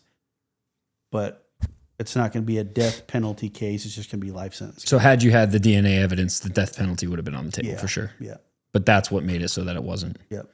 I mean, but still, she's never leaving. No, and it's without the possibility of parole, right? Correct. Yeah, so she's never getting out. And then Chad he's in there now too. 5 death penalties. Yep. Dude, you know what's crazy about the Chad thing? I didn't even realize who he was, but bro, my mother-in-law. So my wife is dual citizen. She was born in Salt Lake, but they moved to Canada when she was like 5. So she's basically Canadian from Calgary. Okay. And my mother-in-law brought us a bunch of like books that they had as kids for my kids. Guess what was in that pile of books? One of his books. One of his books. That's crazy. One of the little kids' Daybell books. He made a bunch of books for kids. Yeah. And there was like 5 or 6 of them in there. And I was like, wait a second. Is that guy? And she was like, yeah. I was like, what? Yeah, that's crazy. Like, dude, I didn't even realize that he made that many books. I had no idea. Yeah, I knew he did a little of that. And then most of his stuff was like the end of times, death experiences. Yeah, so let's talk a little bit about that, because the reason why they were called the Doomsday Murders is because these guys, especially Chad, they were doomsday preppers. Right. And they were just like way over the top of believing that the end of times, they had a specific date pointed out, didn't they? When was it that they believed the world was going to end? Don't quote me, but I thought it was like July 17th of 2020. Or something like that. Somewhere in that month. Yeah. And so they were basically like preparing to usher in the second coming of Jesus Christ. Yeah. Which is even crazier. Yeah. Like, bro. So did you find just a grip ton of prep stuff when you researched the house? Yeah. I mean, they had a water storage, backpacks full of AM radios, flashlights, just the normal prepper stuff. Nothing crazy. Nothing too crazy. I mean, they had food and all that stuff. But brother, here's what I was going to tell you is he used that religion as a segue to get people to do what he wanted. Yeah. Ultimately, this was about what every murder is about, which is sex, money, or power, or control. Okay. That's what this was about. He wanted to be with Lori. The kids were in the way. He didn't want to take care of an autistic kid. Mm-hmm. He wanted money. He killed his wife, got the insurance money. Oh, yeah, because we didn't even talk about that. There was multiple cases where they got insurance money, right? Yeah, yep. So every murder was attached to an insurance policy. Right. Right. And so they wanted money to live their life in Hawaii and do their thing. And unfortunately, JJ and Tylee were in the way. And you know, it was sex, the affair, the control, the manipulation. That's all this was about. It wasn't really about, I don't think he really believed the bullshit. You think that was all just a facade? Yeah. That was just. She may believe it. But he didn't. He didn't. I mean, he would change it up. He was just a psychopath. Listen to phone calls. Yeah, he'd change it up daily. Really? You know, just, oh, well, yeah, I was shown this, but, you know, this changed because the adversary can change things. And, you know, and they bought it, hook, line, sinker. And he didn't believe that crap. He was just controlling the whole thing. Yep. Literally just came down to that. Just those things. Have they interviewed him or anything since he's been in? No, I don't think IDOC or anybody will let a team in there. And I don't think he would anyway, because he's going through appeals right now. Got it. So I don't think he would. I've just always heard that like they'll do, especially with people like that. Because is he considered a serial killer at that point? Or not really? You know, I don't know what the definition of a serial killer is, how many people you have to kill. Because I know they always do like studies on him, right? Yeah. They want to figure out, you know, what the. You know, he got convicted of murder and conspiracy to commit murder on the kids and Tammy. Right. So I don't know how many people you have to kill to be considered a serial killer. Crazy stuff, man. It was crazy. Those 5 years, 5.5 years, I don't know how us as investigators or prosecution got through it. But I will say this, and I want to say this. It was a huge team effort. Oh yeah. With everybody. It wasn't just me. It was a lot of guys, a lot of girls, FBI analysts that were behind computers that no one really even hears about. Yeah. Feeding us information. I mean, you couldn't ask to work with better people. It was crazy. Do you think that, do you feel like you personally were, you know, because I mean, again, dealing with that kind of stuff, especially the bodies and the kids and things like that, like most people would not be able to cope with that. Most people would break. And they should, because it's not something any human should have to deal with. Yeah. Do you feel like you were, you know, I don't know, more prepared, or do you feel like you were there? Do you feel like it was kind of your mission or purpose to be there in some ways? Did you feel like that? Like you were kind of like, it was like, I'm supposed to be here. I'm supposed to be the one that's doing this. And for what reason? Yeah. You know, I did feel that. Cause I had just started in detectives. You just became a detective in July of 2019. So I'd only been a detective a couple months. Oh my gosh. Talk about an orientation. Yeah. Baptism by fire. Right. So, you know, after I look at it, I think I was put there for a reason. I'd been a patrolman for 19, 20 years. What made you want to be a detective? You know, I really never wanted to be, but the last couple months of being a patrolman, a supervisor, a sergeant, I'm like, you know what? It's time. I want to do detectives. And I never thought I was going to, but yeah. So do you credit that like timing? Just put in place in the right time. And, you know, I think there was a higher power and the good Lord that just wanted me in that spot for whatever reason. But nobody, you can go through training and experience. Nobody's designed to see that stuff. Mm-mm. And, you know, there was a couple detectives that it caused them to retire. It was just too much. And their bucket was way too full and they wanted to be done. And I don't blame them, because everybody left a piece of their soul out there that day. Everybody is out there digging. You know, they're not the same person that they were before June 9th. Man, it's crazy. What do you think made it possible for you to make it out and not be like them, retire and feel like you're just, you know, you're done? You know, I don't know. I don't know. I struggled for a while after, had to see a therapist, counselor. I don't know why I was different. And, you know, there's a lot of guys that are like me too, that are still in. Mm-hmm. I don't know what it is. I think people just kind of process things different. Yeah. Have different outlets that help them that others don't. I had a good support system at home. Yeah. That helped a lot. And, the guys that were back there in that backyard that day, if we had a rough day or we could always just pull them aside and we'd talk. That helped a ton with guys. Mm-hmm. But yeah, I think just the support system and being able to just kind of, push it down. Obviously, it's still there on the surface, as you just saw. Yeah. I don't think it'll ever go away. It's definitely easier to talk about now. I can imagine. Than it was 3, 4, 5 years ago. So. Well, and you were probably being bombarded by people forever. I mean, because I think you're in every one of those documentaries. A piece of it anyway. Probably, yeah. Where they've used footage from your like testimony and stuff like that. Man, it's just crazy. It's just crazy, dude. It's just crazy that happened here. I literally had no idea. Crazy stuff. Yeah. I never in a million years thought we'd have something like that. Who would? Yeah. Who would nobody? I mean, nobody would think that. No. Like,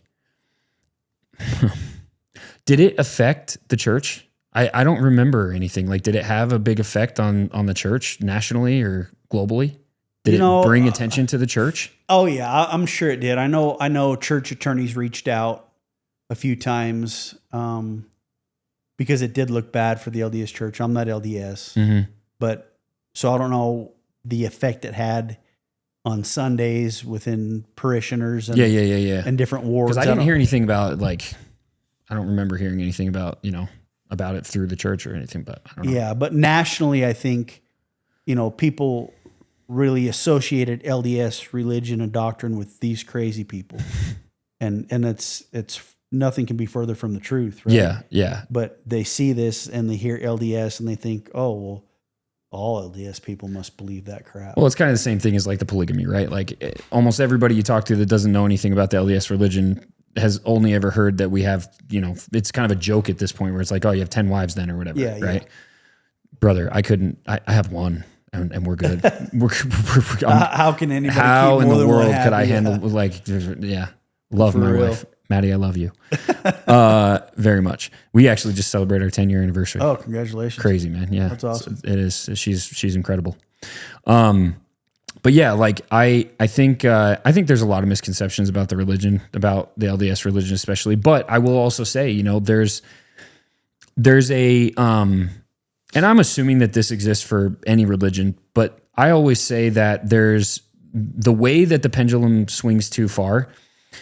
In any religion, you have the doctrine, you have the policies, and you have the culture. That's the way I look at it, right? Especially in the LDS religion. And the problem with the LDS religion is that so much focus is on the policies and the culture of the religion and not on the doctrine. And the thing is, when people become a member of the church with the LDS religion, like you become a member because of the doctrine. You believe in the doctrine. It has nothing to do with the policies or the culture. That's why, people that have what you call a testimony of the gospel, it's like, it's all based on your belief in the doctrine, and the doctrine doesn't change, but the policies and the culture, that changes like crazy. And it changes based on society and the way that people act and what people like and what people don't like. And it's from the top to the bottom. And so I think that that's one of the biggest reasons why things like this can happen, where it's like people just get, obviously he was just crazy, but the reason why people would buy into that is because they're far more concerned with culture than they are just the simple doctrine, right? Like people, I don't always wear a white shirt to church, and I swear people will think that that's like crazy, right? I'll just wear a polo. Does that make me any less faithful of a member? No. Right. Does it mean I have less faith in God? No. It means I just wearing a polo instead of a white shirt and a tie, right?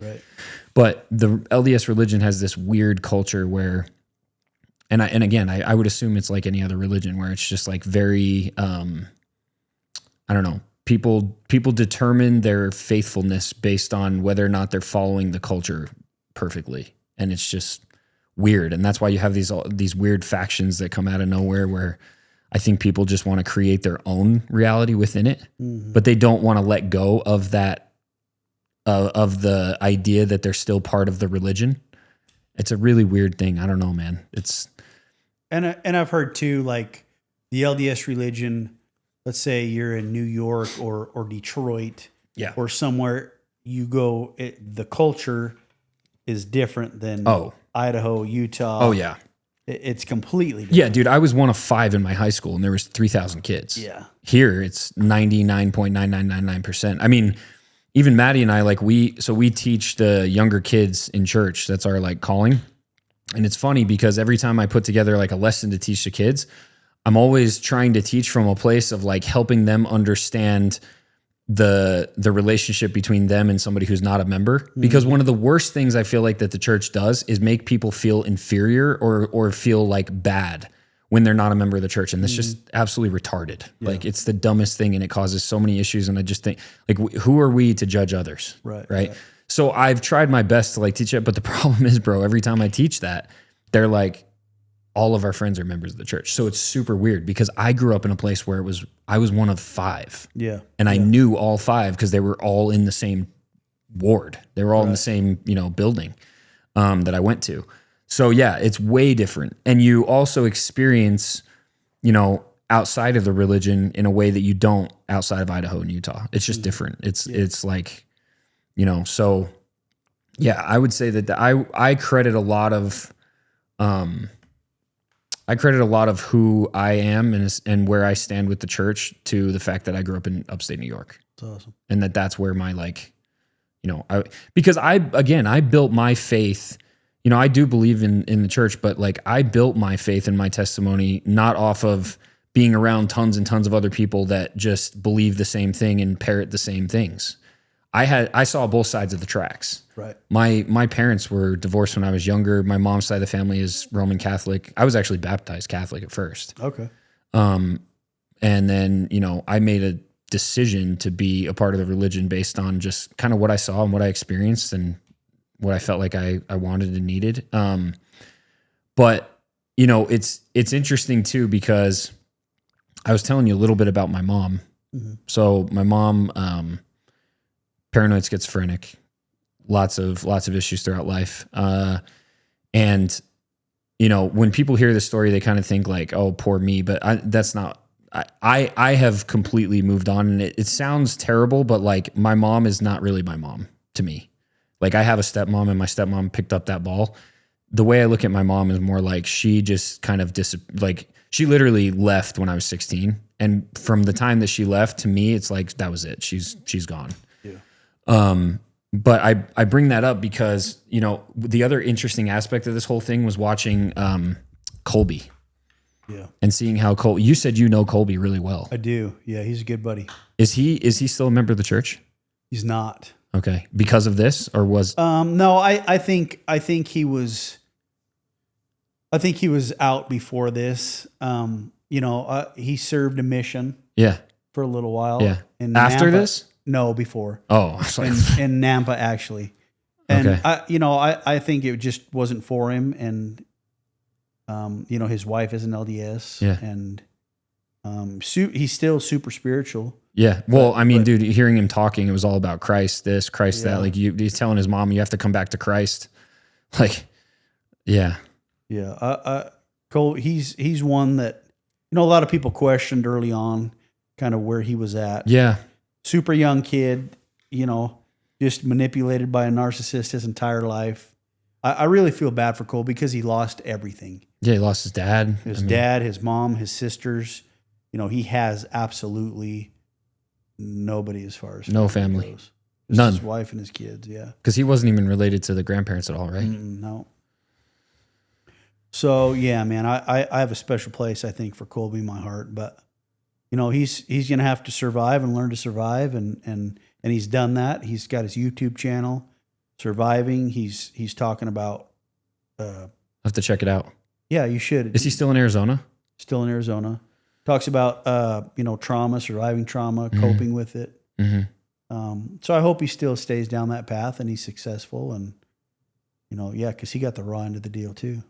Yeah, well, and I can only imagine, man, like I said, obviously my mom didn't do what his did, but I can relate to feeling like, I don't know my mom. Like I don't know this person. This is not, and it wasn't always like that. That's the reason why I think I can relate to it a little bit, because my mom wasn't always like that. I remember times when she wasn't, and then all of a sudden it was like everything changed for various reasons we don't need to go into. But as I was watching that, I remember thinking that like I can relate to his feeling of like I don't know who this person is anymore, and it's impossible to explain to someone. Yeah. Because you're like, this is supposed to be the person that brought me into the world and is going to take care of me until I leave, or until they leave. You know, I'm going to take care of whatever. So I can only imagine. So, I mean, how do you cope with that? Yeah, and he was going through this. He was a newlywed. Yeah. Brand new baby. Yeah. And it was just a whirlwind. And you know, he talks about it. He talks about how he was suicidal at some points and just didn't know how to cope. He just, like you said, like you look at your mom like everything. And he even says, my mom was not always like this. Mm-hmm. She took him on trips and lived in Hawaii. Like he saw that part. And then that's why he said, I never believed my mom was capable of something like this until the evidence is thrown in your face. And, you know, you got to accept it. But yeah, I feel bad for him. Well, and listening to the conversations that they had when he would like call her on the phone in the jail. Yeah. Dude, it's insane. Like she basically is like, well, I'm sorry, you don't understand. It's like, I don't understand. You just killed my brother and sister. What do you mean I don't understand? Like, what are we? It almost seemed like he literally just had no idea how to deal with, like, he didn't believe it was happening. Right. And it's like, because that conversation seems so crazy to me. It's like I told you, that's why at first I was like, that doesn't seem genuine. But it's almost like it doesn't seem genuine because it's like completely out of left field. Yeah. Like he's sitting here talking to his mom, who now who he knows killed his brother and sister, and she's just acting like nothing happened. Yep. Like it's crazy. Yeah, like he's the crazy one for even talking about it. Yeah. Yeah. Yeah. And how are his kids or his, like, because they talk a little bit about how they're going to eventually tell how do you tell your kids? How do you tell your kids what your grandma did? Yeah. But they did. They hung up, like it says, they hung up that blanket of pictures and stuff in their room. And like, I don't know if I'd even want to. I feel like I would just bury that deep dark down as far as I possibly could and never talk about it again. Yeah. And I don't know. His kids are super small. But yeah, I don't know how you're going to. Yeah, because now they're what, 4 or 5 probably? Yeah, somewhere in there. And he just had a little baby. Got it. At some point you're going to have to, I mean, they're going to know, right? Yeah. He's going to have to tell them. And I think he's open with them, I think, or will be when they're ready, I think. But yeah, man, that'd be tough. I'll have to follow. What's his YouTube? Do you know what it is? What it's called so I can shout it out for him? Yeah, it's called the Scar Wars podcast. Scar Wars. Is it YouTube? YouTube. Okay. Yeah. Cool. So we'll have to check out Scar Wars podcast. Is there anything else that, like, I know we talked about there's not really any like new revelation or anything, but is there anything else that you want to talk about as far as the case goes, as far as the whole experience goes, or just like anything current that you can talk about in general? No, I mean, I think the biggest thing that I want,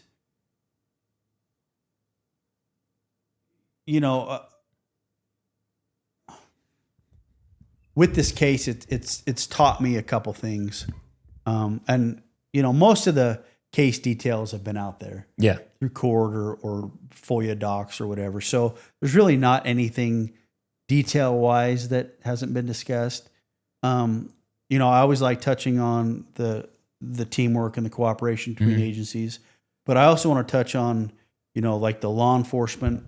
People think when it comes to law enforcement that we're these robots and we don't have these feelings but the trauma is real for these cops. Yeah.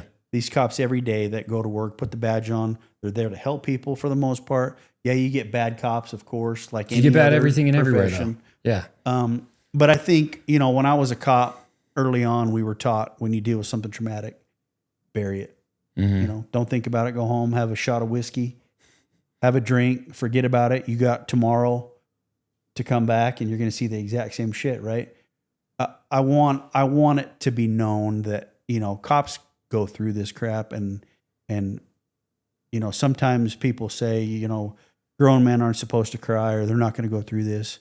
I think I want to let officers know sometimes it's okay not to be okay.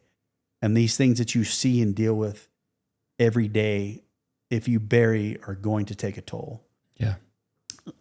Law enforcement has the highest suicide rate of any profession. Is that right? Aside from the military. I didn't know that. So, cops are struggling, and it's evident that, these old ways of doing things aren't working.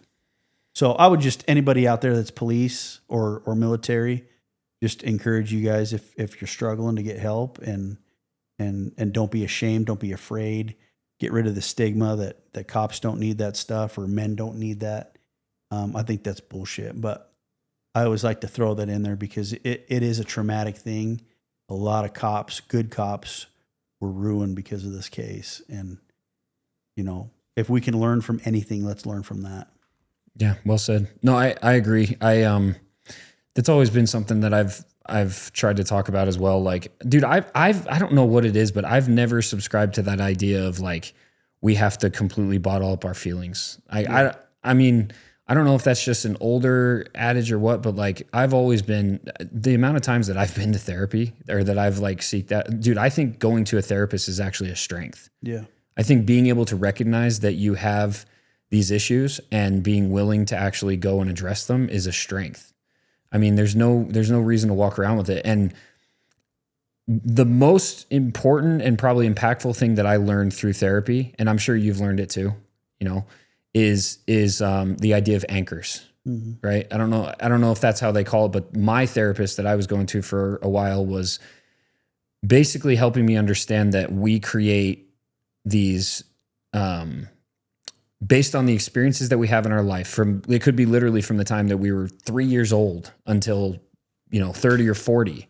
Sometimes you don't even realize you have that experience, but those experiences create these literal anchors that drop down in the sand, and you're just stuck. Yeah. And you may not even it might be something, your parents, your dad pushed you down when you were younger because you did something wrong or whatever, but it left this idea in your mind that if I don't do this, I'm not going to be, I'm going to be abused. And so you put up your guard, and now you're not as affectionate with people or whatever, just something as simple as that. Right. You might've been abused as a kid sexually or whatever. And now all of a sudden you're looking at the world from a place of everyone's going to take advantage of me if I don't be careful. Right. Right. And now the way that my therapist explained it is basically you're putting on these glasses, and they have these lenses that you're seeing the world from a completely different and distorted place than everybody else. Right. And every decision you make and every relationship that you have is affected by the way that you're looking at the world. And so I can only imagine someone that sees what you saw, right? What kind of pair of glasses do you now put on? And how are you looking at the world? That's a good question. And I've thought about that a lot of times.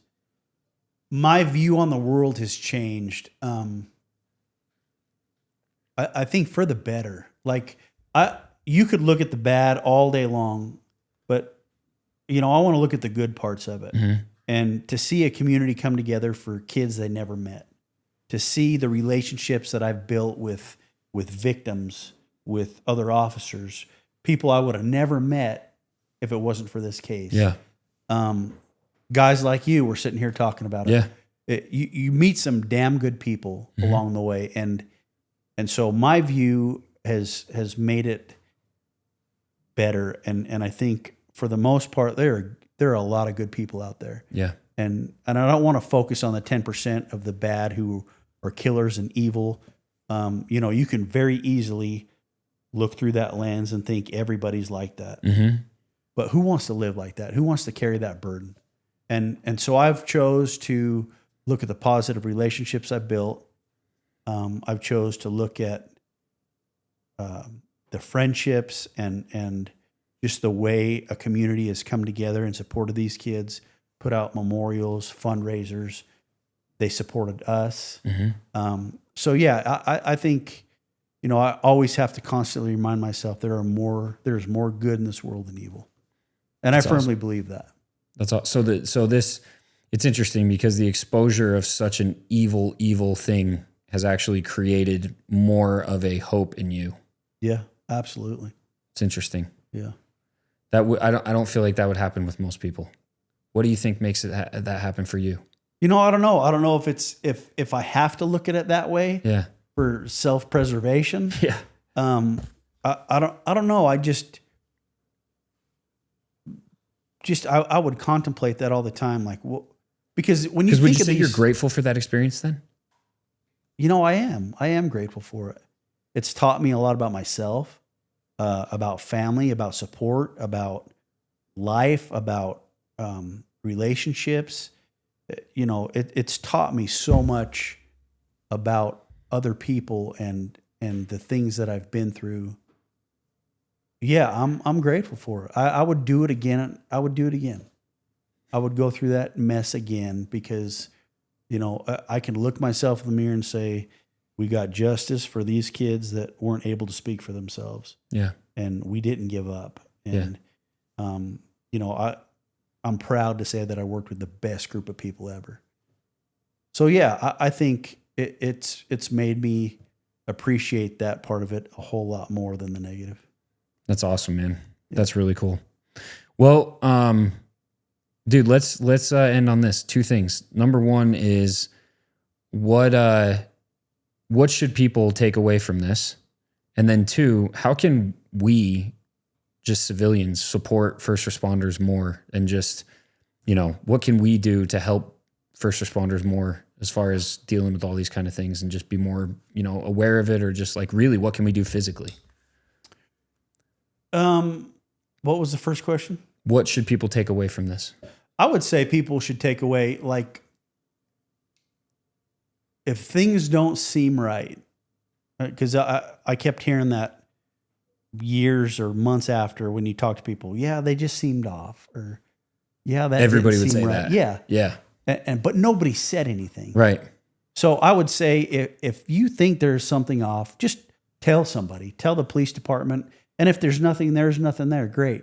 But if there's something there, who knows what you could prevent? So I would say that. But the first responder question, it's a good question. I would say just the support. When you see a cop or military or firefighter, paramedic, just as simple going up and saying, hey, man, thanks for your service, goes a long way. And it keeps us going. Because when you feel appreciated, you do more. And when you don't feel appreciated, and I remember not feeling appreciated for a long time back in, you know, when it was open season on cops, right? And everybody was saying stuff all over the internet. And you go to a different place and you start to kind of twist your mind into an us versus them mentality. And that's a dangerous place to be. Well, and that's, I mean, hey, we get into the conspiracies. That's what they want. Yeah. Dangerous place to be. And luckily we live in a place where 95% of the community supports law enforcement and their first responders. Yeah. A lot of officers aren't that lucky. Right. But I would say to anybody listening, if you walk up and just say, hey, thanks for everything you do. I know it's a hard job. Thank you. That's going to go a long ways with these cops.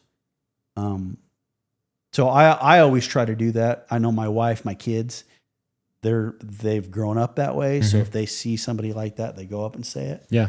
And that makes me proud. But it's just sometimes a thankless job. And I know it's not the only thankless job out there. Yeah. But yeah, man, it's the amount of trauma these guys, first responders, go through for people they don't know and citizens. A simple thank you goes a long way. Yeah, I always try to do that for sure. I have not always had a great respect for cops. I actually was a giant piece of crap as a younger kid. I got I think we all were. I got a lot of trouble, man, and I did not like authority. But whole other conversation. But a lot of things changed that, and I've come to have a different appreciation for people that are just, you're going out to serve other people. You're going out to serve us, and so we appreciate you, man. We're grateful for it. Thank you for everything. And thanks for coming out, man. Thanks for doing this podcast. This has been awesome. Brother. Thank you. I had a blast. Yeah, it was fun. It was definitely fun. We'll have to do it again sometime. I'm sure there's all kinds of stories you could tell outside of that too. Yeah. Hopefully I can come back and we can talk about, anything. Yeah, absolutely. Well, awesome. Well, cool. I appreciate you guys. Thank you so much for joining us on this episode. And can they support you? Are you on social media or anything like that? How can they support you? I have my it's just a YouTube. It's not really a YouTube channel. It's just my personal YouTube, but I'm really not on social media too much. You don't get. How can they support you? Is there any way they can support you? No, just support me by supporting law enforcement, first responders. That's the best way you guys can support me. Awesome. Well, Ray, thanks, man. Appreciate it. Thank you, brother. I appreciate it. We'll see you guys.